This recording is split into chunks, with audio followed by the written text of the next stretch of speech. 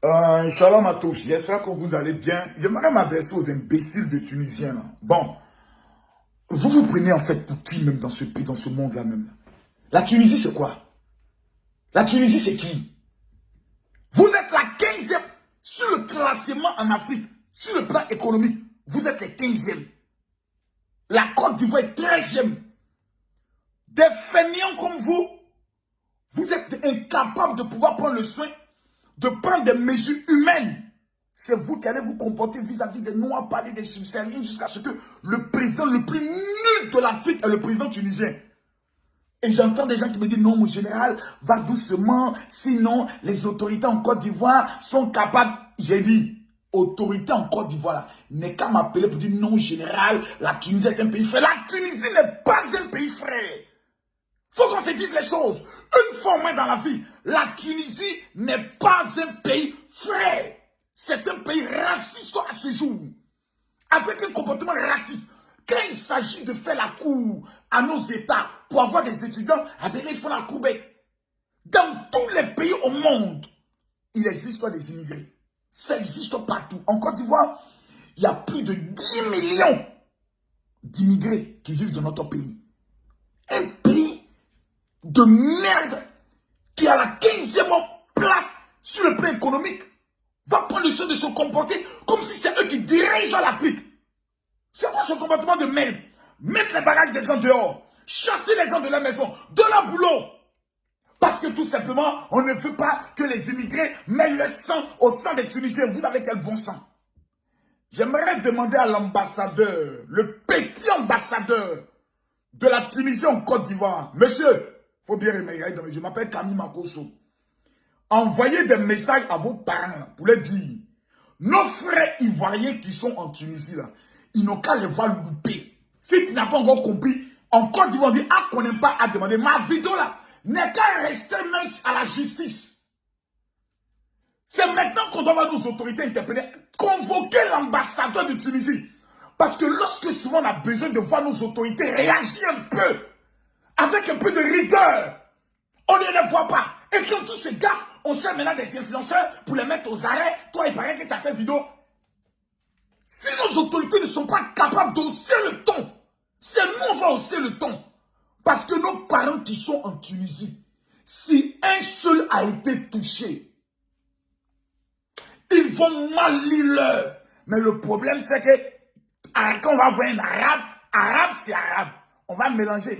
Il y a les Libanais, Marocains, Algériens, Égyptiens. On ne saura même plus qui est Tunisien. C'est pour ça que j'aimerais demander aux chancelleries arabes qui sont en Côte d'Ivoire. Voilà. Prenez votre téléphone et puis appelez le petit ambassadeur de la Tunisie. Pour dire, hey, tes bêtises que tes parents sont en train de faire là-bas. Faut pas les conséquences et nous on va vivre ici, dans nos magasins ici. Faut pas seul, on connaît le démon ivoirien. Quand lui il s'élève, il n'y a personne qui peut nous arrêter. Donc, conseil ivoirien, restons calmes pour le moment. Nous demandons aux autorités ivoiriennes, surtout à Madame le ministre d'État, Kandia Camara, faut convoquer le petit ambassadeur de Tunisie là, pour lui dire ce qu'on apprend au niveau de ton pays n'est pas des garanties, ne sont pas des actes d'humanité. Ce sont des violations des droits de l'homme. On ne peut pas faire une marche contre les Noirs dans un pays. C'est pas possible. On ne peut pas prendre le soin de mettre des personnes dehors. Aujourd'hui, nous avons des bébés ivoiriens qui sont dehors. Et quand on parle, vous êtes en train de soulever le peuple. Merde à la fin. Faites pas chier à la fin là. Vous les Tunisiens. Vous êtes qui dans ce monde? Vous ne représentez rien. Aux Ivoiriens vivant en Tunisie, quittez ce pays. Un pays où on ne vous donne pas le respect, quittez-le. Si vous y restez, ça va risquer péril. Mais je demande aux autorités ivoiriennes, dans les 48 heures, s'il vous plaît, c'est l'argent du contribuable, amener des avions pour faire revenir nos parents. Au consul de la Côte d'Ivoire en Tunisie, c'est maintenant on doit te voir. Hein. Et il paraît que toi, tu es là-bas, tu ne fais que dormir. Toi, le consul de Côte d'Ivoire en Tunisie, là, il paraît que tu es un gros dormeur. Et la seule qui a fait, non, respectez les lois, calmez-vous. Prends tes responsabilités pour une fois, parce que tu es un noir. Et quand on se comprend, on vous traite comme des nègres. Prenez le soin de taper sur la table, au moins d'écrire, et de prendre le soin de dénoncer les actes, parce que la présidence tunisienne, ah vraiment, l'ancien président qu'ils ont chassé là, si lui il était, on n'allait jamais voir ça. Hein? Quand tu as des Arabes qui se disent être des musulmans, mais qui n'ont même plus ce qu'on appelle l'humanité, le prophète Mahomet est en train de se retourner dans sa tombe pour dire, mais quel est ce peuple qui se réclame de moi, mais qui n'a même pas l'amour d'un être humain? Vous êtes méchants Tunisiens. Vous êtes mauvais Tunisiens. Même la dog est plus gentille que vous. Mais on vous regarde. On vous regarde aux Ivoiriens. Soyez solidaires. Ne répondez pas aux provocations. Organisez-vous à quitter ce pays-là. Dès que les avions arrivent, rentrez. Vous avez un chez vous. Respectez-vous. Il y a certains qui m'ont appelé, qui m'ont dit, mon général, nous on n'est pas venus ici pour rester. Nous on est venus ici parce qu'on veut prendre un bateau pour aller sur la mer. Que Dieu vous donne la route. Bonne chance. Mais aux autres, rentrez en Côte d'Ivoire avec dignité. Vous n'êtes pas des mendiants. La Tunisie est la 15e puissance économique. La Côte d'Ivoire est la 13e puissance économique. Vous allez en Tunisie surveiller des bébés, travailler dans des champs de manioc, travailler dans des champs de tomates plutôt. Chez vous là, vous avez des terres où vous n'avez plus devenir plantain de tomates et c'est les Tunisiens qui viennent travailler pour vous. Donc à un moment donné, il faut qu'on se respecte. Vous avez la chance. Vous avez la chance, hein?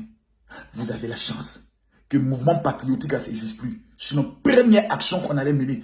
En temps normal, le président de la République de Côte d'Ivoire doit laisser les Ivoiriens aller faire une manifestation devant l'ambassade de la Tunisie pour crier au racisme. Mais au Nigeria, eux, ils ne jouent pas ça. Ils ne jouent pas. Mais dans notre pays, il y a des gars qui jouent net. On est trop pacifique. On est trop pacifique. Les Tunisiens, c'est qui?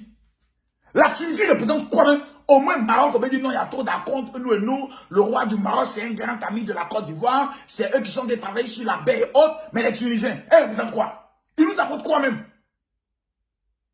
Ils sont qui même? N'importe quoi. Messieurs, les dirigeants de la Côte d'Ivoire, on vous respecte et on vous aime. Prenez vos responsabilités. Puis une fois tapé sur la table pour dire, tôt c'est tôt, on ne peut pas accepter. Menez des actions au niveau de la CEDEAO et si possible, convoquer la Tunisie au niveau de l'Union africaine. Parce que quand il y aura des morts au niveau de la Tunisie, faites-moi confiance, tous les pays qui seront concernés ne vont pas se taire. Les populations vont réagir. S'ils réagissent face à la France, ce n'est pas face à des petits Arabes qui ne vont pas réagir. C'est pour éviter tout ça que je vous interpelle maintenant. Réagissez diplomatiquement, mais avec une diplomatie ferme. Merci.